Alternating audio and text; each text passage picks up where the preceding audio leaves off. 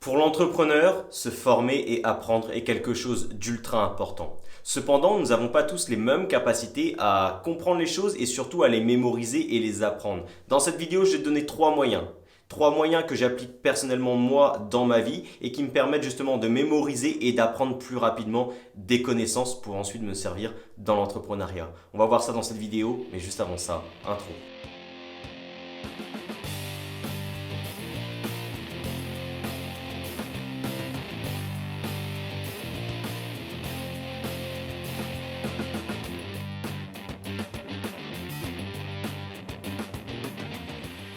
Je me présente, je m'appelle Dylan Taldu et je suis sur cette chaîne pour accompagner les salariés qui désirent entreprendre à devenir des entrepreneurs à succès.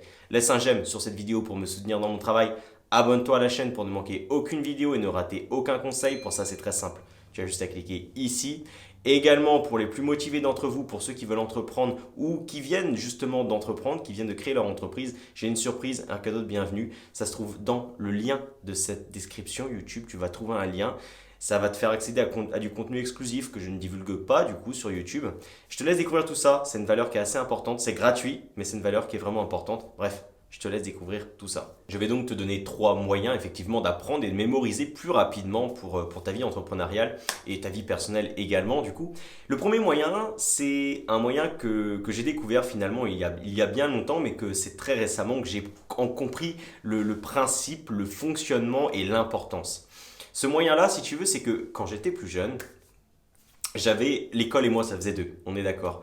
Et du coup, quand j'avais des contrôles, des choses comme ça, des poésies à apprendre, bon bref, quand j'avais des examens, j'étais la personne qui apprenait tout au dernier moment pour le lendemain.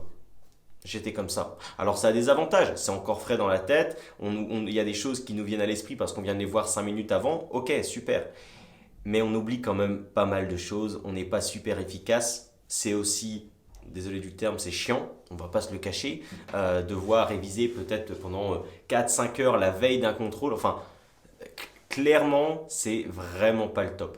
Et finalement, il y a une méthode qui était plus simple, et ça c'est mon père finalement qui me l'avait appris à l'époque, c'était de lire régulièrement, c'était quand j'étais plus petit encore, les poésies plusieurs fois dans la journée, sans prise de tête, juste on lit la poésie et on la relit 2-3 heures plus tard, on relit une fois et voilà, et petit à petit, vraiment juste lire tranquillement, sans pression et le lire plusieurs fois. Et finalement, il y a quelques semaines et mois maintenant, j'ai découvert cette méthode-là qui finalement consistait à, au lieu de tout faire au dernier moment, c'est de s'y prendre beaucoup à l'avance. Par exemple, 3 mois à l'avance. Et on lit petit à petit, sans finalement, sans se prendre la tête, donc il n'y a pas ce côté chiant finalement de devoir apprendre, juste lire et répéter à notre cerveau ces informations-là assez régulièrement. D'ailleurs, je vais te mettre une image à l'écran qui va pouvoir éclairer mes propos. Il y a une réelle méthodologie par rapport à ça qui consiste finalement à lire l'information plusieurs fois sur différents délais pour que le cerveau reconnaisse, apprenne, synthétise et mémorise ces informations-là. Et donc, c'est vraiment la première méthode. C'est au final, au lieu de vraiment essayer d'apprendre tout au dernier moment, c'est de s'y prendre à l'avance et d'avoir finalement, de répéter à son cerveau cette information-là pour qu'il le mémorise et également, je l'ai oublié de le préciser, qu'il le mémorise sur le plus long terme. Car finalement, les informations que tu vas apprendre d'un coup, que tu vas apprendre en masse sur une période très courte, si tu ne revois pas ces informations par la suite, tu vas oublier, je crois, en moyenne, c'est 70 ou 80% de ces informations-là dans le mois qui suit, ce qui est complètement énorme. Donc le fait de répéter ces informations est quelque chose de très important. La deuxième méthode et la deuxième des choses finalement pour apprendre et mémoriser plus rapidement et apprendre plus efficacement, c'est d'enseigner ce qu'on a vu, ce qu'on a appris finalement. Effectivement, il y a l'écoute, il y a la lecture qui nous permet d'apprendre, mais la meilleure chose pour apprendre ces connaissances-là, c'est une fois les avoir lues ou écoutées, entendues, c'est de les enseigner aux autres. Pourquoi? Parce que finalement, on les apprend, on les mémorise, mais on les retravaille. On les retravaille de notre manière, on les synthétise, on les comprend également. On essaye de les retravailler, de les reformuler. Il y a un travail qui est effectué sur ces connaissances qui au final fait qu'on apprend plus facilement. Et le fait d'enseigner aux autres, ça va déjà partager l'information, donc c'est super, c'est enrichissant pour soi, mais également ça va nous permettre d'apprendre mieux ces connaissances. À titre d'exemple, J'ai été commercial pendant plusieurs années. Et quand j'ai arrêté d'être commercial, j'ai mis un petit peu la vente de côté. Et quand j'ai commencé à de nouveau coacher les entrepreneurs, finalement, la vente, c'est quelque chose qui est ultra important. Tu le sais si tu es entrepreneur aujourd'hui. Et si tu ne le sais pas, c'est que j'imagine il y a un travail à faire avec toi. Mais la vente, c'est ultra important. Et donc, quand j'ai recommencé à enseigner la vente et enseigner le marketing, choses comme ça, à mes élèves, j'ai appris énormément en fait. J'ai réappris énormément parce que j'ai enseigné plein de choses que je n'avais plus forcément en tête, qui étaient des données un petit peu vieillissantes dans mon cerveau que je n'utilisais plus. Et aujourd'hui, j'ai plus de connaissances à la limite que quand j'étais commercial. Parce qu'aujourd'hui, j'ai ce rôle d'enseignant-là qui fait que j'ai une vision différente, qui fait que j'interprète les choses différemment, qui fait que j'illustre avec des exemples qu'on m'avait pas forcément donné à l'époque, etc. Donc j'ai ma méthodologie à moi qui rentre plus facilement pour moi et qui fait que j'ai plus de connaissances. Donc vraiment, l'enseignement, c'est la deuxième méthode, c'est si tu as des connaissances à apprendre, si tu as appris des connaissances, des choses, enseigne-le aux autres. Déjà, première chose, encore une fois, ça va aider les autres et deuxième des choses, ça va t'apporter à toi au niveau des connaissances, de la mémoire, choses comme ça. Le troisième moyen, ça va être d'utiliser des moyens justement mémotechniques. Alors, je vais t'éclairer avec les propos, j'ai mon écran qui est juste en dessous et je vais t'expliquer un petit peu ce que je veux dire par là. Mais les moyens mémotechniques, ça va te permettre par exemple, pour un discours, c'est l'exemple que je vais te prendre ici, ça va être de pouvoir te rappeler de ton discours finalement parce que tu n'as peut-être plus, tu as peut-être peu de temps pour apprendre ce discours et tu ne sais pas forcément comment faire pour te rappeler exactement de ce que tu veux dire. Donc, le but, tu vas voir, ça va être d'utiliser des moyens mémotechniques. Pour ça, on peut utiliser les mots. Je vais te prendre un exemple et je vais te citer, je vais lire l'écran et je vais t'expliquer. Admettons qu'aujourd'hui, tu aies pour objectif de présenter ton entreprise à une auditoire. Ok? Dans ces étapes-là, finalement, tu as quoi? Tu as le fait de prendre contact avec tous tes interlocuteurs, le fait de faire le bilan actuel sur ton entreprise, le fait d'expliquer l'évolution précédente, passée de ton entreprise sur l'année dernière, et également présenter les possibilités, les éventualités futures. Voilà. Admettons, ce sont les 4 étapes de ton discours.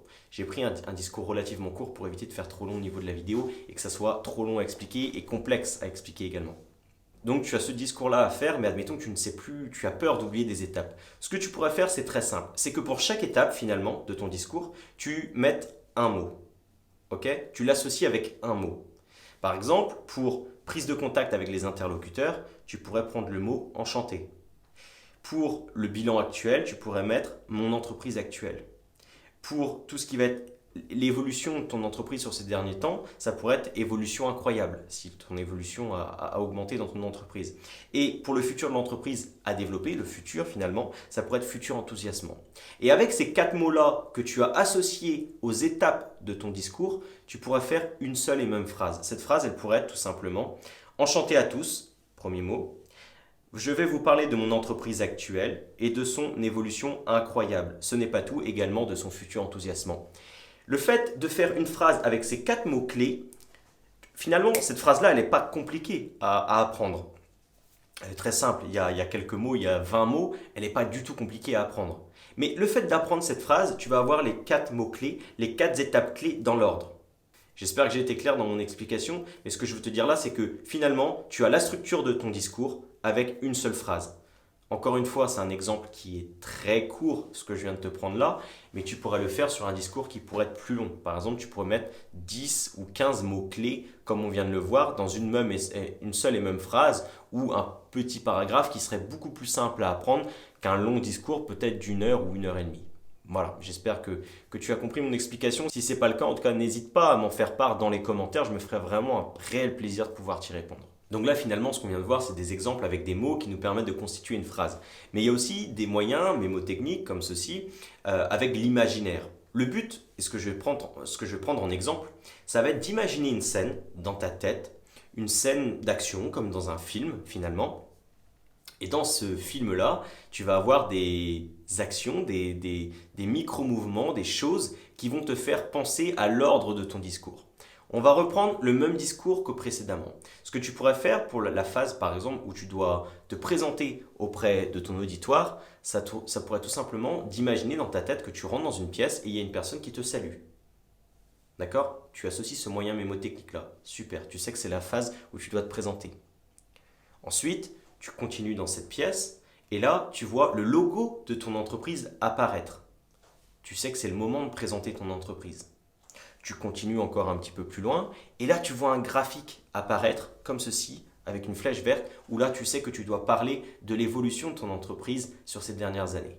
Et puis, tu continues encore un petit peu et là, tu vois une explosion de billets devant toi qui te fait rappeler que oui, tu dois parler du futur de ton entreprise. Tu vois, finalement, tu imagines cette scène dans ta tête, d'accord? J'espère que j'étais clair. Tu imagines cette scène dans ta tête avec différentes actions qui s'y passent et ces actions-là sont associées à la structure de ton discours. Ok? Si c'est pas clair, encore une fois, tu me le dis en commentaire, j'essaierai d'être beaucoup plus précis avec des mots. Ce sera peut-être plus simple pour moi d'expliquer cela. Mais c'est une méthode qui est sincèrement plutôt pas mal quand tu as des discours assez longs à expliquer. Encore une fois, comme on l'a vu avec l'exemple précédent, c'est beaucoup plus simple d'imaginer une scène avec des moyens mémotechniques comme ça. Il y a des personnes qui retiennent énormément de choses, énormément de mots. Il y a des concours de mémorisation et ces personnes utilisent ces méthodes justement qui sont ultra puissantes pour retenir tous ces mots-là, retenir tous ces discours, ces choses-là qu'ils ont à apprendre lors de ces concours. Donc voilà. Dernier moyen, qu'est-ce que ça pourrait être, moyen mémotechnique? Ça pourrait être tout simplement de chanter la chanson, chanter ton discours. Je vais te prendre un exemple personnel que j'ai vécu du coup finalement, c'est avec un membre de ma famille, mon cousin pour tout te dire. Cette personne-là, elle était elle est plus petite que moi et elle voulait apprendre sa poésie. Et en voulant apprendre sa poésie, finalement, il n'arrivait pas. Il n'arrivait pas, il avait du mal et c'était pas très ludique forcément. Bon, il avait des difficultés à apprendre sa poésie. Et je me suis dit, pourquoi pas la faire en chanson? Pourquoi pas donner un air? Vous savez, c'était comme un petit peu cette musique, je vais pas chanter, mais l'alphabet en anglais, A, B, C, nanana, voilà, bon, vous m'avez compris, je vais pas chanter. Mais j'ai voulu faire la même chose finalement avec la poésie de mon cousin. Et donc, donner un air de musique à sa poésie. Bingo. Ça a fonctionné et il l'a retenu beaucoup plus facilement. Pourquoi? Parce qu'il y avait un air, il y avait quelque chose, il y avait un rythme. Et finalement, c'était auditif pour lui, c'était beaucoup plus simple. C'était pas de simples mots, il y avait une mélodie. Et donc la mélodie, en fait, faisait que les mots arrivaient d'eux-mêmes, tout seuls, et c'était quelque chose d'incroyable. Donc c'est pour ça, je pense d'ailleurs qu'on retient beaucoup plus facilement les musiques, parfois, que les poésies ou choses comme ça, c'est parce qu'avec la rythmique de la musique, on retient plus facilement les mots. Donc ça peut être un autre moyen, c'est que si tu as un discours à retenir, ça pourrait être de pourquoi pas chanter ce discours ou de chanter encore une fois un résumé qui te permettrait d'avoir les idées clés, les mots clés et les phases clés et la structure finalement de ton discours. Donc voilà, j'espère vraiment que cette vidéo t'a plu. C'est une vidéo qui sort un petit peu du cadre, qui est un petit peu plus spéciale, qui est un petit peu plus spécifique. Ce n'est pas non plus forcément un domaine où j'ai énormément de connaissances, mais ces méthodes-là que je t'ai expliquées, c'est des méthodes que moi-même je peux utiliser au quotidien et qui peuvent me permettre et qui me permettent aujourd'hui d'apprendre et de mémoriser certaines choses. La preuve, puisque je te tourne cette vidéo sur ce sujet, ça me permet justement d'appliquer la deuxième méthode que je t'ai donnée dans cette vidéo où je t'apprends et moi ça me permet justement de mémoriser les choses plus facilement. Voilà, j'espère que vraiment que la vidéo t'a plu. N'hésite pas à me faire ton retour en commentaire, ça me ferait plaisir de savoir un petit peu ce que tu en penses de cette vidéo et qu'est-ce que tu voudrais peut-être voir dans le futur, si tu as des questions, choses comme ça. Ça me ferait vraiment plaisir de pouvoir échanger avec toi.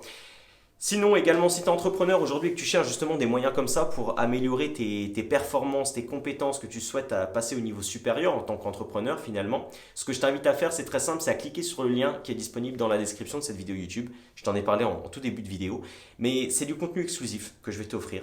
Je ne le divulgue pas sur YouTube. C'est gratuit, d'accord? Mais c'est une valeur qui est inestimable. Ces connaissances que je vais te donner dans ces vidéos gratuites finalement, c'est des connaissances qui vont te permettre d'accéder à un niveau supérieur, qui vont te permettre d'atteindre tes objectifs plus rapidement, qui vont te permettre d'aller sur le rail plus rapidement. Parce qu'aujourd'hui, j'imagine qu'en tant qu'entrepreneur, tu rencontres des difficultés. Comment avoir plus d'énergie? Parce que tu n'arrives peut-être pas à être assez efficace, organisé et à travailler correctement sur tes projets. Peut-être tu cherches à avoir de nouveaux clients, mais tu ne sais pas comment t'y prendre, ou tu as peur d'aller démarcher des clients. Moi, ce que je te propose dans ces vidéos, c'est tout simplement des choses simples, concrètes à mettre en place pour justement passer un certain niveau et atteindre tes objectifs plus rapidement et répondre à ces problématiques que tu rencontres actuellement. Bref, Encore une fois, si tu es motivé, si tu veux entreprendre ou si tu commences à entreprendre et que tu es perdu, mais que tu es motivé et que tu veux tout faire pour atteindre tes objectifs, tu cliques sur le lien qui est disponible dans la description. Sinon, ne clique pas.